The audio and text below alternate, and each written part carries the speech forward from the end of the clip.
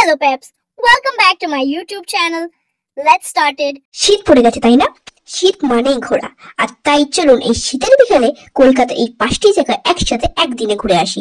রবীন্দ্র সদন এমন একটি জায়গা যেখানে আপনারা একসাথে 5টি জায়গা একদিনে ঘুরতে পারবেন। প্রথমেই আসি রবীন্দ্র সদন, যার আরেকটা নাম নন্দন, যেখানে আপনারা এসে নাটক এবং বাংলা সিনেমা মাত্র 30 টাকায় দেখতে পারবেন। দ্বিতীয় নম্বর হচ্ছে নন্দনের ঠিক পাশেই একাডেমি অফ ফাইন আর্টস, যেটি হচ্ছে আর্ট গ্যালারি, যেখানে আপনারা বিনা পয়সায় আর্টকে উপভোগ করতে পারবেন। তৃতীয় নম্বর হচ্ছে একাডেমি অফ আর্টস এর ঠিক পাশেই সেন্ট পল ক্যাথলিক চার্চ, যেটির প্রবেশ মূল্য মাত্র 10 টাকায়। 10 টাকায় আপনি পুরো চার্চটাকে ঘুরে ভালো করে দেখতে পারবেন। চতুর্থ নম্বর হচ্ছে চার্চের ঠিক সামনে এমপি বিড়লা প্ল্যানেটোরিয়াম, যেখানে 3টি ভাষায় সৌরজগৎ আর তারামণ্ডলের শো দেখানো হয়। শো মূল্য মাত্র 140 টাকা।